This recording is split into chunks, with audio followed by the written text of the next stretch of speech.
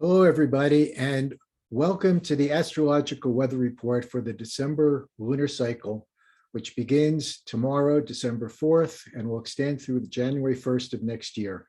My name is Daniel Fiverson. So I've been asking this question. Does the Earth seem to be spinning faster on its axis? Can you feel the planetary wobble? What the heck is going on? So I want to kind of look at two sides to this story. We clearly know that we're coming through some very difficult times. We thought 2019 was going to be hard, and then 2020 came along, and 2021 followed it, and we're right on the threshold of coming into another year. And I'm going to look a little bit later on. I'm going to look at what we can expect, what's on the road ahead. But I just want to kind of briefly touch on, this space that we've passed through just in these last 2 weeks. We had flash mobs in California are just looting, going into luxury stores and just looting the stores. I mean, it's like there's absolutely seems to be no boundaries in terms of what people are willing to do. China and Russia have developed hypersonic nuclear missiles that can fly around the world, at these supersonic speeds and evade all detection. The Omicron variant, COVID variant has emerged, even as the United States reopens its borders and everybody's back in restaurants and doing all in public places and maybe wearing masks, maybe not wearing masks, as if everything was back to normal again. 5 people were killed and over 40 injured by a hit and run driver who drove through a Christmas parade in Wisconsin as a result of Kyle Rittenhouse being found not guilty.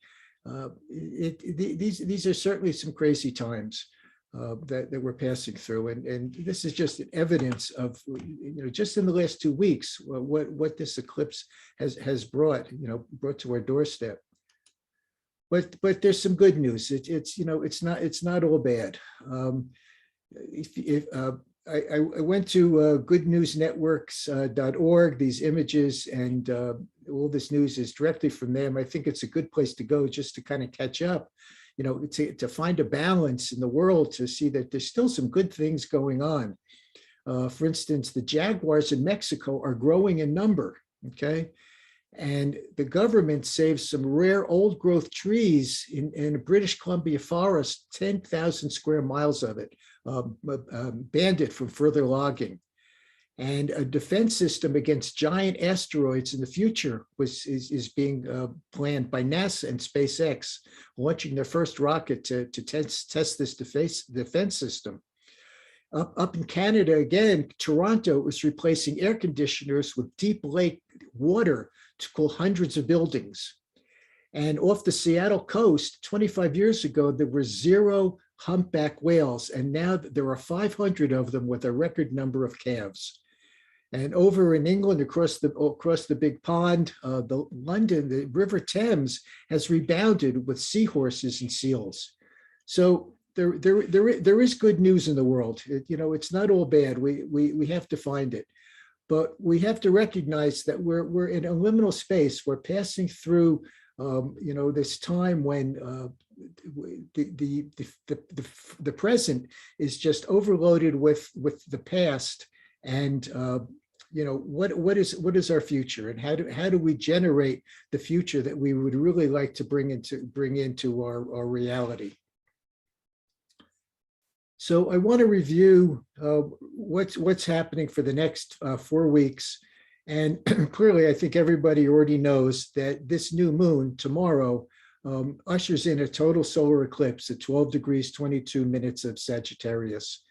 And it occurs at 2:42:50 a.m. Eastern time. I'm going to go through the astronomy first, because I think the astronomy is important. The astronomy definitely informs our astrology. It's not just the astrology, but we have to really understand the physical relationship of the planets themselves. This eclipse belongs to Saros cycle 152, and these Saros cycles are 18-year cycles in which the eclipses occur. And do a little research. They actually trace how the path of the eclipses moves across the planet from between the two poles.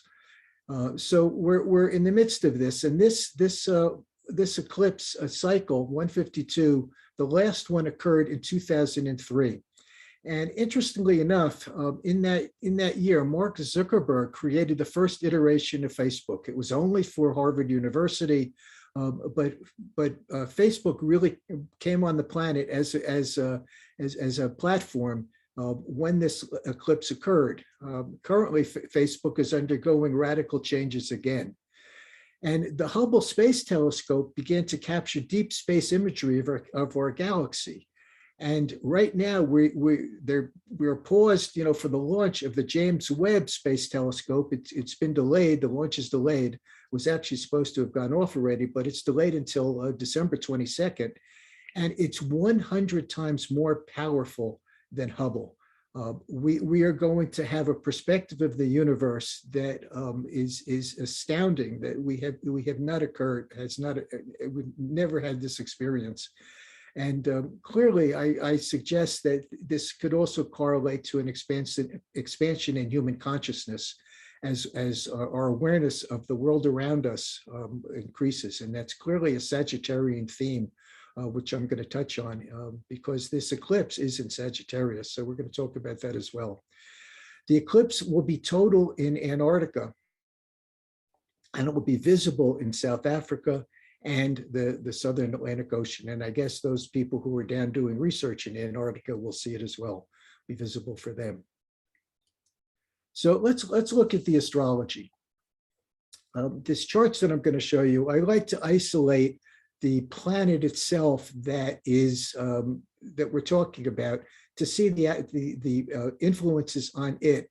If we look at all the aspects that are going on in any given chart, it can be too much information and it's hard to sort it out.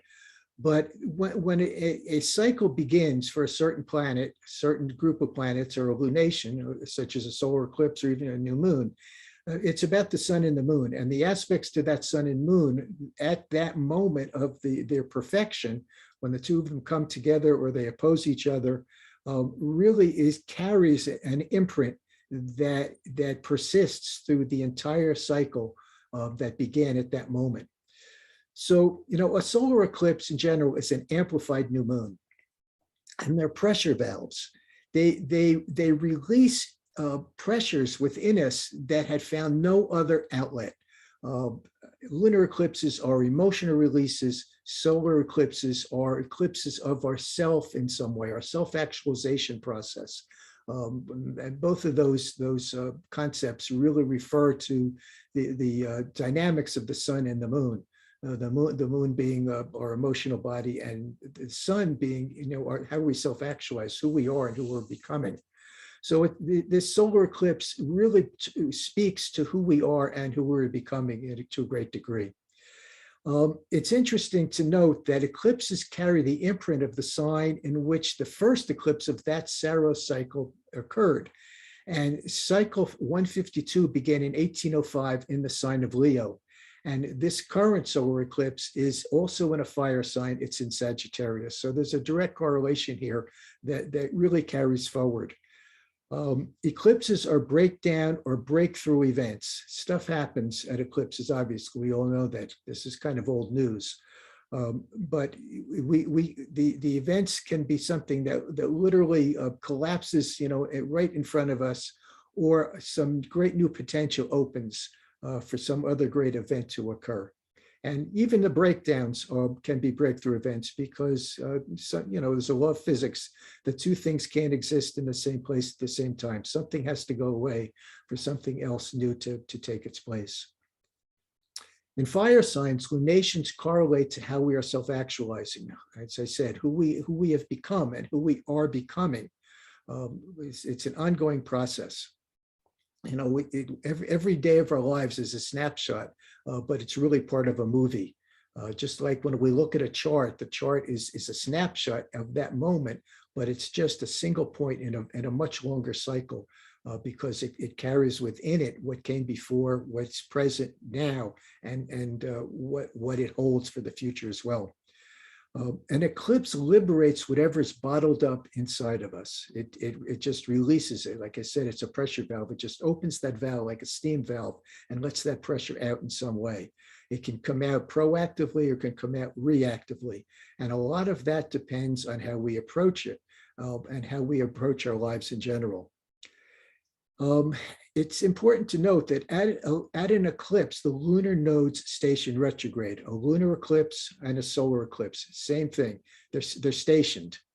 And this condition adds density and intensity as the nodes stand still and drill down on a single point in the zodiac for an extended period of time. It's one of the reasons that they're so powerful, because the energy is just standing still, if you would. It's like taking a magnifying glass and holding it up to the sun and focusing on a leaf or something, and that the focused sunlight through that magnifying glass will set that leaf on fire. The stationary nodes do the same thing to us. And we also have to remember that all of these things that we are looking at above us in the sky, they're not happening in the sky. They're happening right here. They're happening on the earth. They're happening in our bodies, in our conscious energetic framework. So it's as above, so below, but it's really about what's below. As much, if not more than what's above. We look above to understand what's happening, but it's not happening up there. It's happening down here. So this is the actual astrology of the eclipse itself. And I'll just kind of read through it. Excuse me, just take a drink. So the sun and the moon, the luminaries, are separating from a new phase conjunction to asteroid Vesta. New phase conjunction is a conjunction that's just beginning. It's separating from its perfection. It's applying to a balsamic conjunction to Mercury. So a balsamic conjunction is closing the cycle. It's not quite at the perfection point yet, but it's kind of like the dark of the moon, a crescent moon, which holds the necessity for, in order to cross that threshold, we have to resolve all of the dynamics that are still hanging fire. Anything that's unresolved from that previous cycle must be resolved before the cycle can close and move from the balsamic phase to the new phase conjunction. The luminaries are separating from a partile inconjunct, partile meaning exact inconjunct to Uranus and Taurus, which is quite powerful. And this is probably the most significant aspect in this solar eclipse is this exact inconjunct to Uranus. An inconjunct, this inconjunct is gibbous, and it is a gibbous inconjunct holds the energy of a Virgo dynamic. It's growth through crisis. And clearly we are growing through crisis. That's how we grow. Until we have a direct emotional experience of something, we don't get it. People can tell us, do this, do that. Even our minds can tell us, this is what you need to be doing, what you should be doing. But until we have an emotional event that pertains to it, that is a correlation or the consequences of it, we don't change. We don't grow. So this is what's happening globally. And that's why it's important to understand that all of the things that are happening to us, whether it's COVID or Donald Trump or the Capitol riot or Kyle Rittenhouse, all of these things are elucidating all of the cultural toxins in our culture. They have to come out. When we get sick, if we get the flu, if we get pneumonia, whatever it is, we have to clear our body or clear our systems of those toxins that are there before in order to heal. And that's what the healing process really is clearing all that stuff out. The sun and moon apply to a last quarter crisis in awareness, what Dane Rudger called a crisis in consciousness. I like the crisis in awareness a little bit better because it's a little easier to understand what that really means. To Neptune. What it means is that we know that we're supposed to do something, and it is a no compromise situation where we just have to do it. There's no longer any retreat that's possible, and I'll touch on this a little bit later. The sun and moon are separating from a gibbous conjunct to Eris. And again, this gibbous conjunct is also this Virgo kind of growth through crisis dynamic. And Jupiter, which is the dispositor of the sun and moon, the solar eclipse is in Sagittarius, squares the lunar nodes. It's not quite perfected yet. It will on January 3rd, which is going to be next month, but it's active, and it has been active for a while.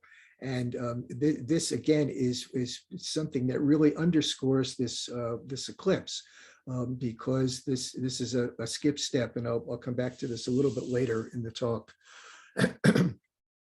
Mars in Scorpio applies to a crisis of awareness disseminating square to Jupiter as well. So again, this is, Mars is our actions. Jupiter makes everything bigger. Jupiter is our growth process. It's what expands everything. So again, this is and it's a disseminating square. Disseminating is just what it sounds like. It's distributing it in the environment. It's distributing it through our world, through our lives, through our personal lives, through our collective lives. It's these choices are, apparent as to what we need to do. The message is out there. It's part of the zeitgeist. The lunar south node, which is ruled by Jupiter, applies to a new phase conjunction to Mars. Again, this brings in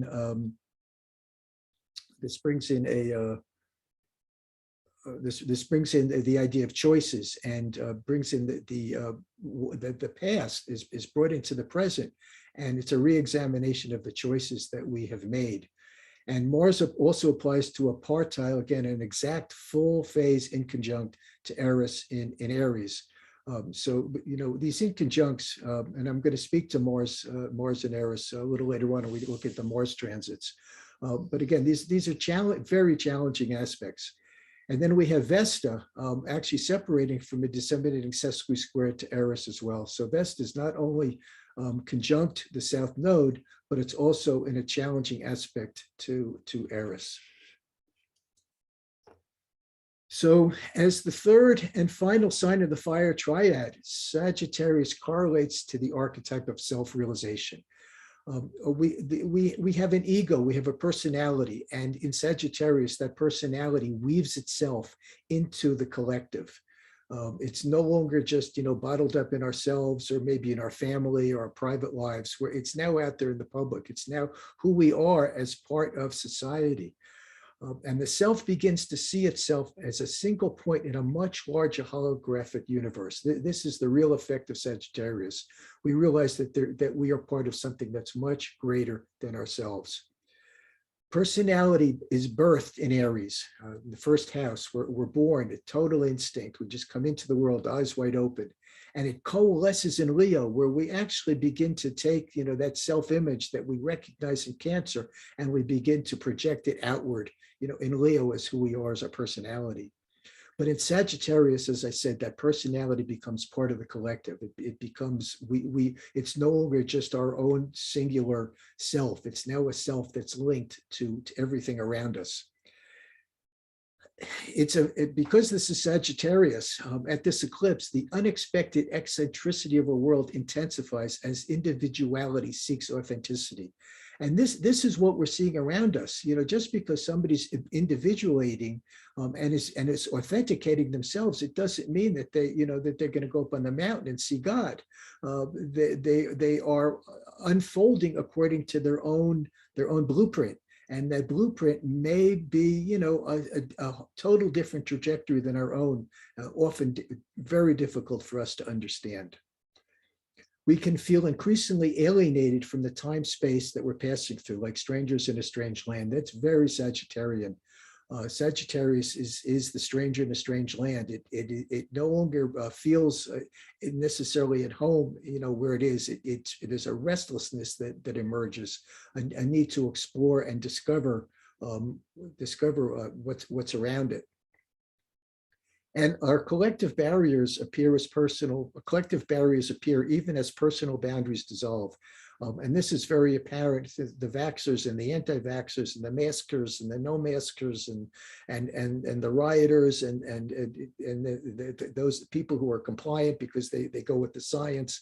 These are the kinds of issues that are swirling around here. around us because our boundaries are definitely thinning out and becoming more porous. So we're seeing anger and restlessness rippling through the zeitgeist, through the collective stream of ideas and beliefs. And it's in our movies, it's in our TV programs, it's on Netflix, it's on Amazon, it's in everything around us, in the books that we read to some degree.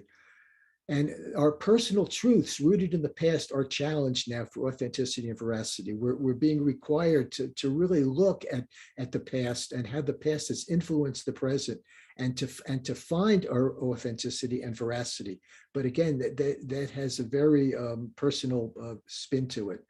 And the only constant seems to be chaos, and that's Eris. And you've heard me speak about Eris, and I will have much more to say about Eris before we're done here. So what does this mean? The intensity of the eclipse is powered up by Jupiter squaring the nodes, as I said. With Jupiter, the ruler of the lunar south node, squaring the nodes, it's really kicked up all this energy. And this is what's known as a skipped step in evolutionary astrology, that something that is necessary for evolutionary progress has been denied, dismissed, or otherwise avoided.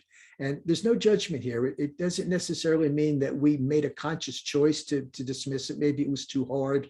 Maybe somebody else denied it. Maybe circumstances got in the way.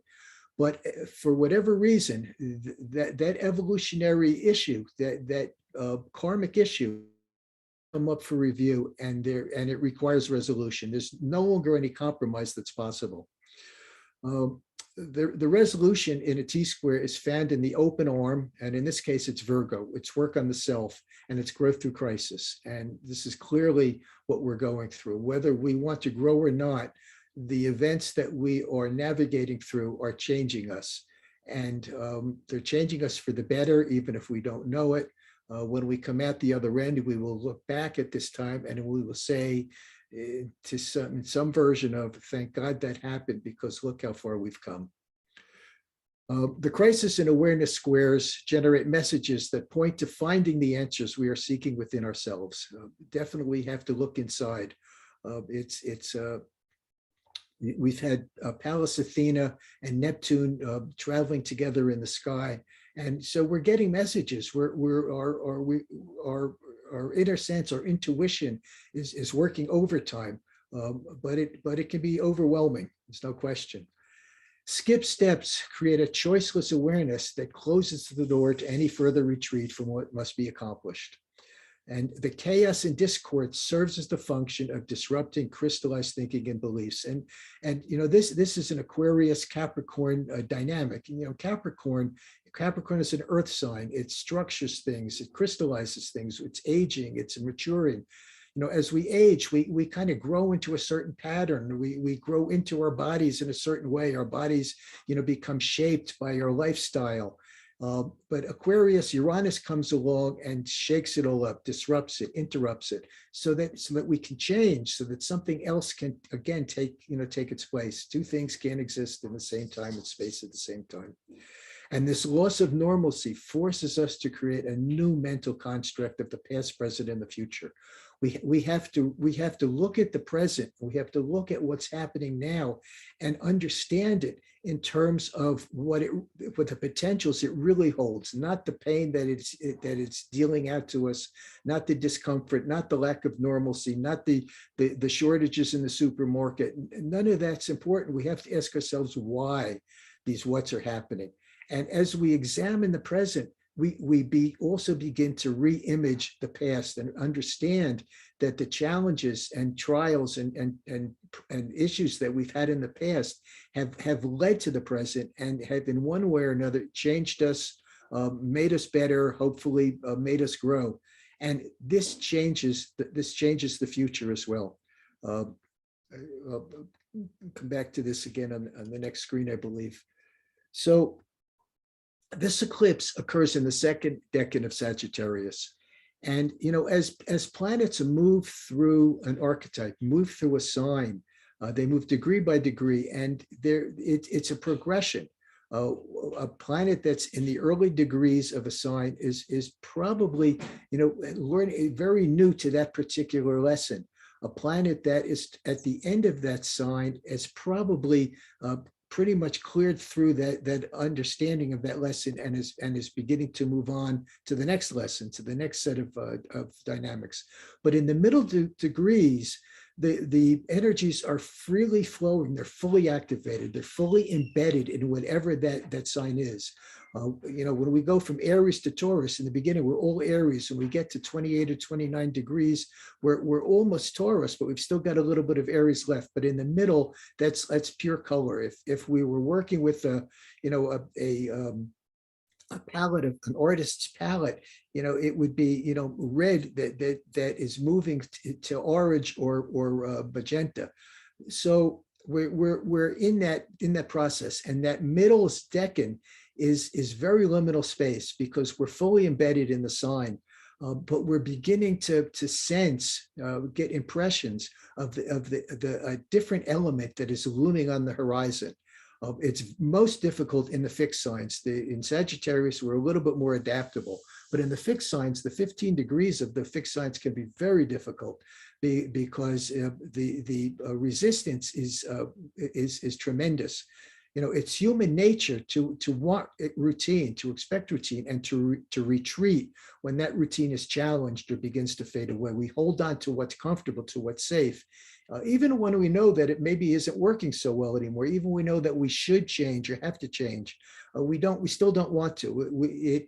That's why these squares come along and just kick us in the butt and just move us along. It's the squares that get us off the couch. It's the trines that keep us, as couch potatoes to some degree. That's from Jeffrey Wolf Green. It's one of his favorite things to say. So, the lunar south node is who we have been, and it's partially who we still are. It holds our fruitions, the things we've accomplished in the past that become the strengths and the gifts that we carry into this lifetime. But it's also the things that we haven't yet finished with, that we've brought with us. It's where we go by default.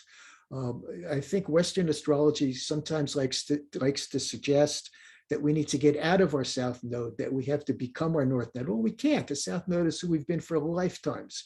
It's who we are by default, automatically. It's where we go whenever things get rough. We retreat back into that south node instinctually. We're not even aware that we do it. But that's kind of how it works. We come in with two suitcases. One is so heavy we don't even know we're carrying it. One is so heavy we're dragging it on the ground. Those are the lessons. And the other is so light we don't even know we have it. Those are our strengths and our gifts. And we have both. Excuse me. But because we hang on to what's familiar and safe, the past is too often repeated as the present. That's what happens. We just keep repeating the past into the present. And guess what? The present becomes the future again. So since the future originates in the present, it just repeats, perhaps time and time and time again. We create abstract mental holograms of reality that continue to reactivate themselves, and they increasingly create dense thought forms of themselves. We keep, the universe is mental. That's the first law of the Hermetic principle. What we think really determines what happens to us. It's what we're projecting, what we expect to see. Our eyes don't receive images, they project those images. So these mental holograms of reality just reactivate over and over again. But what happens as they keep reactivating is they intensify and they radicalize and they become so embedded in themselves. And this is what we are seeing in the world around us that is so difficult for some of us to understand how we could become so radicalized. But it's, in our country, it's been going on for 400 years. It's not something that just happened. It's kind of like a rain cloud. It's, a little bit of science here. A cloud fills up with moisture. And when that cloud becomes totally saturated with moisture, a total transformation occurs and it turns into rain and it precipitates out. And this is the space we're passing through. We are becoming saturated. We learn by direct emotional experience, and until we become saturated with that emotional experience, we don't change. But when we do reach that saturation point, and we're headed there, it precipitates out and it changes into another form entirely. And we will see it happen. It's just not going to happen in January. So what can we expect personally, from this? Fire signs, Aries, Leo, and Sagittarius are going to feel the earth shifting beneath their feet. The solidity of what they were taking for, what we take for granted, or they take for granted, is dissipating. It's moving. It's hard to stand on ground that is shifting. The air signs, Geminis, Libra, Aquarius, are going to feel a little befuddled. There's going to be a little mental confusion, and as they begin to question what they know and what they believe and what's true and what is reality. The water signs, Cancer, Scorpio, and Pisces, are going to sense emotional currents running much stronger and much faster, and maybe very difficult to navigate. They're going to feel like they're in the middle of a wild river, and they're searching for something to grab onto, perhaps to find some kind of a balance and stability. And earth signs are going to feel like they're drying out from the heat, but they're also at the same time going to feel more porous. And I just want to point out this beautiful illustration. This is a local Santa Fe artist, and this just came up in the local paper a couple of days ago. She's created this whole line of tarot cards. I encourage you to go visit her website and look at these. Some amazing images to meditate and think about. So how do we navigate the time we're passing through? Many of us have practices and understand, how to get grounded, and that's what we really need to do. We need to get back into our bodies. We need to anchor ourselves to our sacred commitment to ourselves, to who we are, to who we want to become, to what we believe, and to what we know to be true. And to listen to that still small voice in our head. We have to listen to what they're saying. But yes, what is our intuition telling us? And what is our heart telling us? This is who we have to trust. And we also have to tell ourselves that this too shall pass. So I've got some animations again this month, and I'm going to kind of walk through these because it shows us what these transits are actually doing. So we're going to start with these inner planets. And we can see that Mercury clearly covers a lot of ground in a month. But it's going to aspect Neptune and Eris. It's going to change signs, ingress into Capricorn. It's going to aspect Uranus and Eris again, and Venus and Pluto. And some of these are quite challenging dynamics. And even the trines, certainly a trine to Eris and trines to Uranus can be very difficult. They're not necessarily easy. But let me play this for you.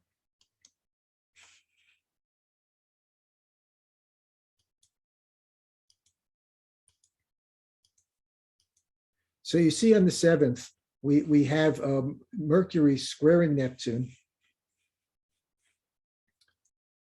And then on the 9th,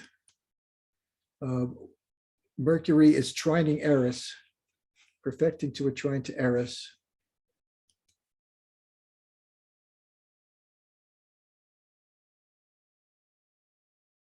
And Mercury, I can't get it to do 0 because I'm doing full day animations here. But you can see that on the 13th, and here this is the chart for the 14th. But on the 13th, Mercury is going to ingress into Capricorn, still aspecting Eris, still aspecting Uranus.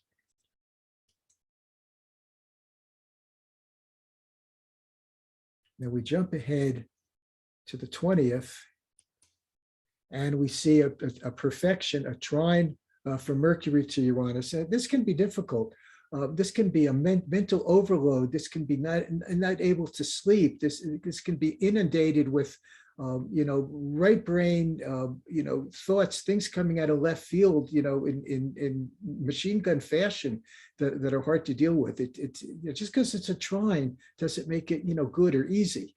It just means that these two planets are working together, with a very fluid a relationship where things are working together very well, but it can still be a great challenge.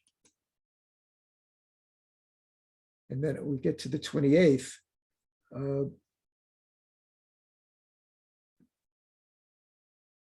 we get to the 28th, we've got Mercury squaring Eris again. So this is the perfection. And Mercury and Eris, again, what we have to watch our words. Words can be wounding. Words can create chaos. Again, they come back to this idea that the universe is mental.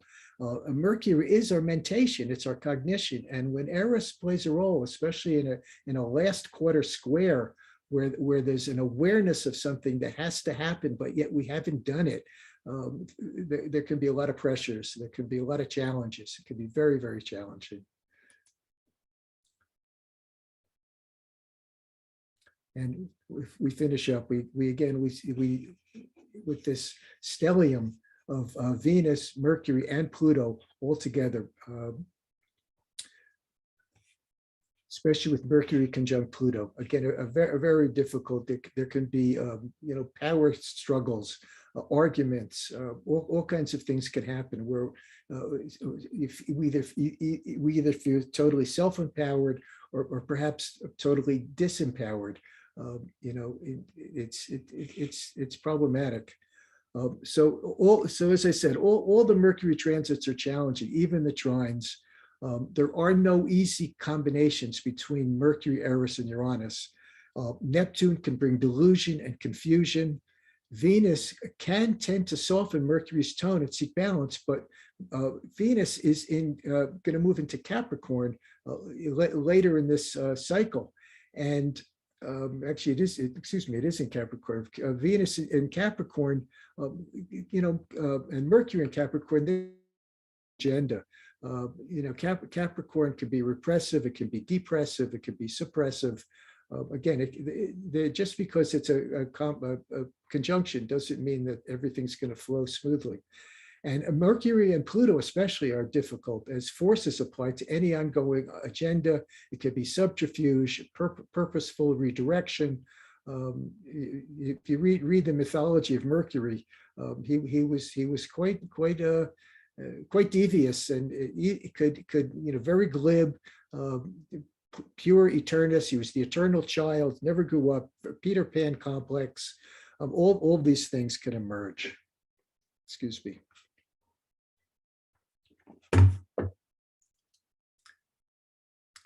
So this is an interesting transit of Venus, and let me run this one for you. You can see that what's happening here is that Venus is the retrograde. Venus's retrograde is bracketed by squares to Eris and conjunctions to Pluto. So is this running or not? I'm not sure this is running. I guess it is. Yeah, it is.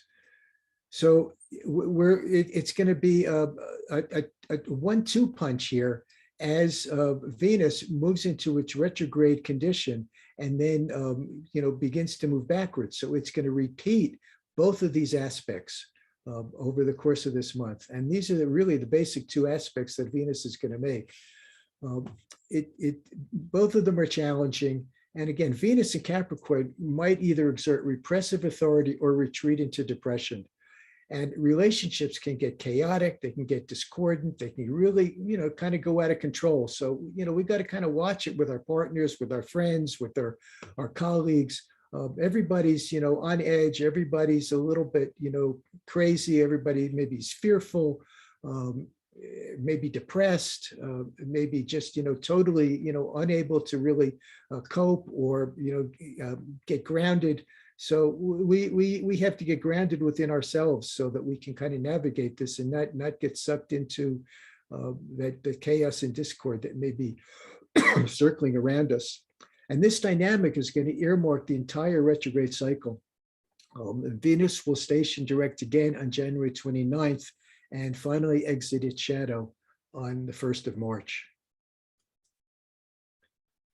And unfortunately, Mars also presents some challenges as this year goes by. I think these Mars aspects are the most difficult of all.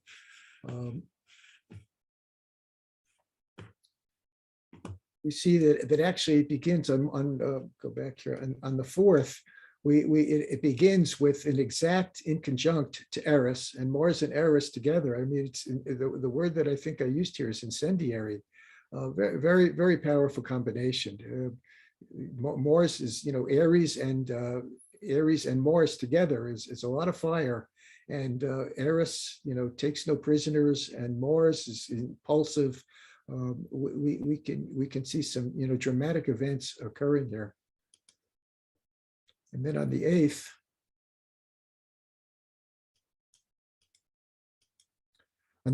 we've got Mars squaring Jupiter. So Jupiter is going to bring his largesse, which may not be very, generous, but he will be generous, but it doesn't mean it's going to be beneficial.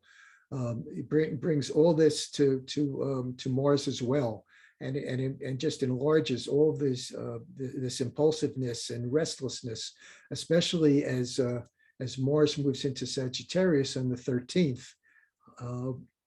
Mars could become especially unruly and erratic, and erratic is also an Eris word.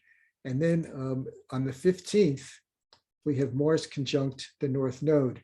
So as Mars lands on the nodes again. This is going to bring past and future back, right into the present.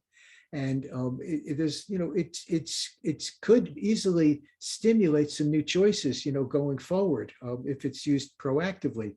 But reactively, it could also activate the South Node, it's conjunct the South Node. It could activate the North Node and stimulate some new choices and new direction forward. But it also could dredge up the past and bring it back in, and we could be revisited with a lot of the choices that we made in the past. And then as the month closes, and I'm going to have more to say about this Christmas week stuff that's going on, because there's a lot going on. It's the last week in December. It's really kind of piled on. We see that Mars sesqui-squares Eris after the inconjunct, two difficult quote unquote minor aspects. I don't consider either one of them to be a minor aspect. And then Mars inconjuncts Uranus on the 28th. So these challenges are going to come up as the year ends. Mars and Eris are unstable in any combination, and in Scorpio and Aries they are incendiary. Jupiter expands the planetary mix, and in Sagittarius, Mars needs freedom and independence and can become restless and erratic and impulsive. And Mars in the South Node will activate greater awareness of our past and our pending choices, from the past, and what we need to do going future. And Mars and Uranus will be disruptive at best, cataclysmic at worst. So we've got Jupiter ingressing Pisces, and on the 28th, and this presages the Jupiter-Neptune conjunction that's going to occur on April 12th of next year. We're going to have it's the only outer planet aspect that occurs in 2022, and this ingress into Pisces. Jupiter was here briefly, and Jupiter's about to return to permanently into Pisces on the 28th. Neptune correlates to pandemics in general and diseases of an unknown origin in medical astrology. So does this suggest that we're going to experience more waves of COVID? It's already starting to happen. And vaccine enforcement will be on the forefront of the news. In other countries, they're already cracking down on people who are not vaccinated. We're going to see more of this. I don't know that we're necessarily going to see lockdowns or the way that we did last year, but I think that we're going to definitely see the Saturn-Uranus thing really kick in, and the word enforcement, I think, is going to be in the news. And we're going to see, as a result, we're going to see increased alienation. There's no question that people are going to become more alienated from what's going on. And personal boundaries are going to become more fluid. People are going to act out.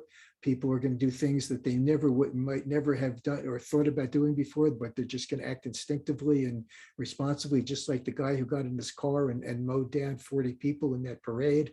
We're going to see this kind of stuff. We're going to see, people like Kyle Rittenhouse, getting a gun and just, marching through the streets and looking for somebody to shoot. It's scary and it's difficult to understand, but it's real. It's reality. As the new year begins, and we'll see this again January 3rd, jumping ahead, Jupiter's going to make its what I call its final declaration as it squares the nodes. It's been the ruler of the lunar south node for the last 18 months. And again, this is a skip step, generates non-compromised resolution of the evolutionary issue. And in this case, it references the need to resolve our understanding of what is true and what is false. And this has really been streaming through the zeitgeist since Jupiter was in Scorpio a few years back, when we had Weinstein and Me Too, and then Epstein, and all of this is coming out, and certainly Donald Trump. So this is an ongoing, collective discussion and understanding. But clearly, as Jupiter squares the nodes, I think that it's going to intensify and become more focused. So, does what we're thinking come from our intuition? Because Jupiter is intuition. Jupiter was the traditional ruler of Pisces before Neptune was discovered in 1890. So it also relates to the 12th house and to intuitions, but it's also our imagination. So how do we know that what we're thinking is intuition? Is it something that's real? Is it something that we're sensing that's coming to us out of left field, out of our right brain, out of our higher mind? Or is it just our imagination? Is it coming from fear? Or is it coming from, just our own thought forms that we keep regenerating ourselves? And certainly confrontations that are going to continue to swirl around the vaxxers and anti-vaxxers, the mask and no masks. And my sense of this is that the COVID numbers are going to continue to escalate. So on December 24th, we're going to see the third and final Saturn-Uranus square. And this time it's with Uranus in its retrograde condition. And, this is an interesting combination because Saturn is the sign that is in the sign that Uranus rules, and Saturn used to be the ruler of Aquarius. So there's a certain compatibility here, but they're in a square formation. And this has generated this individual versus the collective kind of standoff and face-off that we've been facing. And Saturn is repression, it's suppression. Aquarius is the individual. So this could very easily be the repression of individual expression, the enforcement that I spoke to. But it's also deconstructing our consensus reality. And I think that this is something huge, and this is something good. It is taking us out of this quote normalcy of what we think is normal and beginning to open the space where we can understand that maybe there's a different kind of normality that we can have. But all of the toxins have to be released. They all have to come out. We have to have this healing crisis in order for all this to happen. Interruptions and disruptions to normalcy. We're seeing that it's been going on. And it instills and structures potentials for evolutionary growth. We've got the lunar north node separating from the last quarter square to Saturn. So Saturn is in essence is restructuring, is having this crisis of awareness, crisis of consciousness with our potential future, and to restructure it, to reimagine it, to revisit it, to reimage it. But we can, in the meantime, we still have to expect resentments and anger and emotional displays, self-exile and acts of retribution in the world. And this is Black Moon Lilith in a gibbous inconjunct, again, a Virgo dynamic inconjunct to Saturn in Aquarius. And I'll have a little bit more to say with Black Moon Lilith because she's quite active with Hygeia. It's the last slide that I'm going to show you in a few minutes. And I encourage you all actually to tune in for Gemini Brett later on today, because I'm going to guess that he's going to have quite a comprehensive discourse on Black Moon Lilith. So Chiron has been retrograde. It's going to station direct on December 19th. The retrograde cycle has awakened our commitment to our authenticity.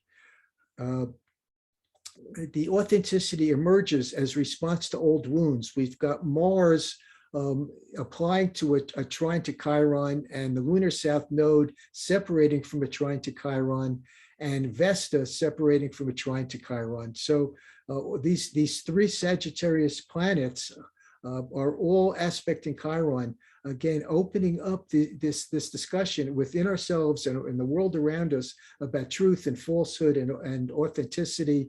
We've got Vesta, conjunct the Sun and Vesta conjunct in Sagittarius, Vesta in Sagittarius. So it's all about authenticity, veracity. These are the issues that are swirling. And we've got a cardinal T-square because Chiron is squaring Mercury, squaring the moon, and the moon is opposite Mercury. So, the moon is all about our safety and our security. So we're seeking emotional security. We're seeking emotional shelter. It's generating the recognition of that the words and the narratives can wound or heal. And these aren't just the words and narratives that we say to others, or the wounding that we do to others. We also do it to ourselves. The self-narratives that we have can also wound us and keep us in this emotionally unwell condition, not feeling safe, not feeling secure, not feeling good about ourselves, not feeling good about the world around us, and unable to heal. We've got to change those narratives, and we've got to really look at the words that we use when we describe ourselves and the world around us. And this is all as the result of recent experiences where we're going to begin to make choices, or are making choices that maximize our security and maximize our safety again. So this is Hygeia, and it's basically the last slide I've got. And these are all the aspects to Hygeia. And I just want to run this animation because it's quite telling. You can see that Black Moon Lilith, first of all, we've got the T-square with Eris, Hygeia, and Pluto, which in and of itself is a powerful combination. But as Black Moon Lilith moves back and forth, it creates this Thor's hammer. And a Thor's hammer is the best way to describe it. It's like a yod on steroids. It's a really, really intense, it's not a trine by it's a trine because they're all kind of working together, but it's two sesquisquares and a square. Very, very difficult combination. And as you see, it's going to form. And then as Black Moon Lilith goes forward and comes back again, it becomes a grand trine. And in both cases, it's really blending the energies of Lilith, which can be very difficult, very challenging, very resentful, very much wanting to just exile itself and punish and retribution. And all these things are coming to play as Jupiter squares Hygeia and Pluto squares Eris and Hygeia. So I see Hygeia as one of the indications of COVID very clearly. She's about proactive healthcare, and if Neptune is pandemics in general, but Hygeia really refers to how we have taken care of ourselves. And I think what it comes down to is that the people who are most vulnerable are those who have really not paid much attention to their own health, through the years, maybe never. We here in the United States, we live in what I would characterize as a fix me kind of society. We think we can, eat whatever we want, and then, go to the doctor and he'll give us a cholesterol pill or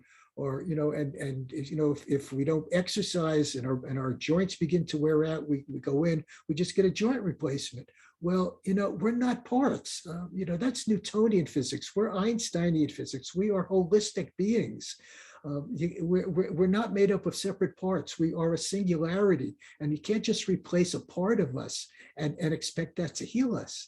All that does is get rid of the part that's broken, but it does nothing about healing.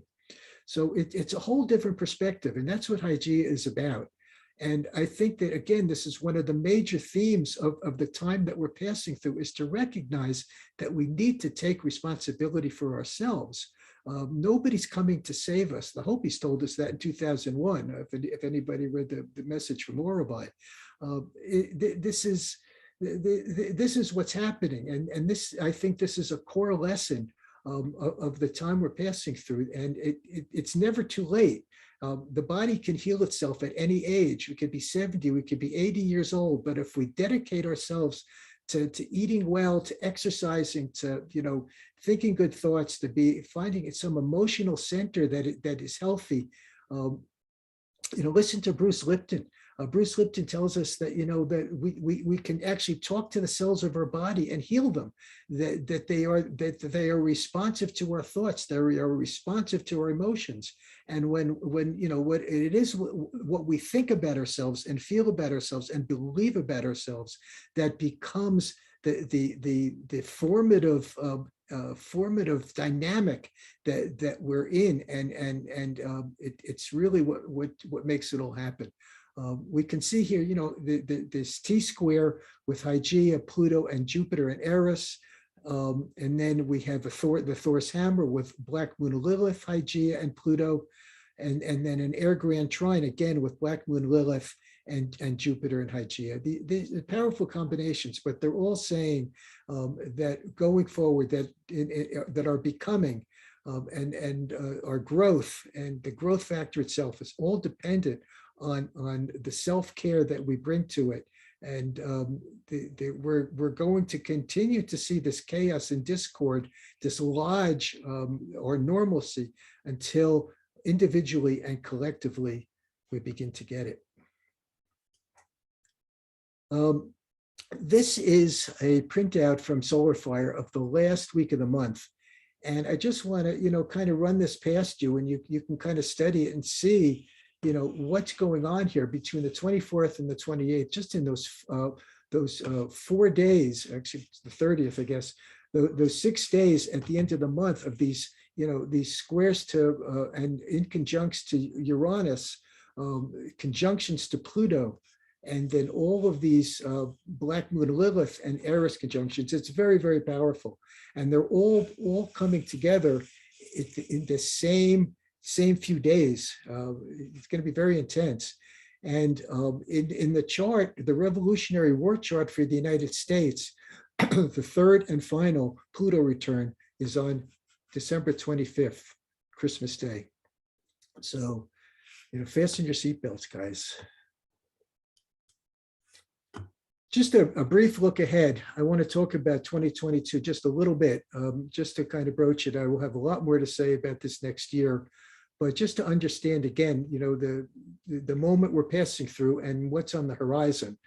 The lunar nodes are going to have a very significant influence next year. Jupiter is going to square the nodes on January 3rd. I referenced that as the ruler of the lunar south node. The lunar nodes are going to ingress Taurus and Scorpio on January 18th. Kind of think back in your own life, what happened 18 years ago, what was going on 18 years ago in your life when this last happened. Venus and Pluto are going to become the rulers of the north nodes. So our priorities, our values, our self-empowerment, all going to become very transformational over the next 18 months. Jupiter is going to conjoin Neptune. Talked about that a little bit. It's a major outer planet aspect that's going to set up a 12 to 15 year cycle. And then that conjunction is going to trine and sextile the lunar nodes as well from April and May. The conjunction occurs in April. Through April and May, it's going to be in a conjunction, in a trine and sextile to the lunar nodes. But through that same time frame, we're going to have a skip-step condition as Saturn also squares the lunar nodes. Uranus is going to join the lunar north node from June to September, perfecting in the summer and July. And then Hygeia is going to join the lunar south node, opposing Uranus in August. So, our collective and personal priorities and our values and our shadows will be exposed. And Uranus is going to continue to deconstruct our normalcy, and it's going to escalate our commitment to what is truly essential. That's what Uranus in Taurus is doing. It's showing us what's essential and eliminating what's not essential. Essential was a key word as COVID began. Essential industries, essential businesses, essential products, whatever. And we're going to have lessons about personal responsibility, about the importance of community, and about the importance of proactive healthcare and how we have compromised our own proactive healthcare processes. I want to end with Krishnamurti. He said, the crisis is not in the world. It's not nuclear war. It's not the terrible divisions and the brutality that's going on. The crisis is in our consciousness. The crisis is what we are and what we have become.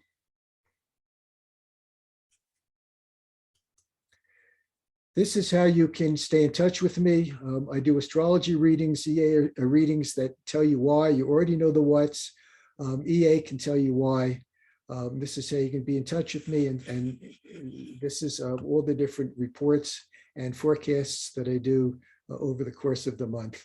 I thank you all so much for your attention, allowing me to rant and speak my mind here. God bless. Namaste. Be well, be kind, be truthful. Thank you. Thank you, Daniel.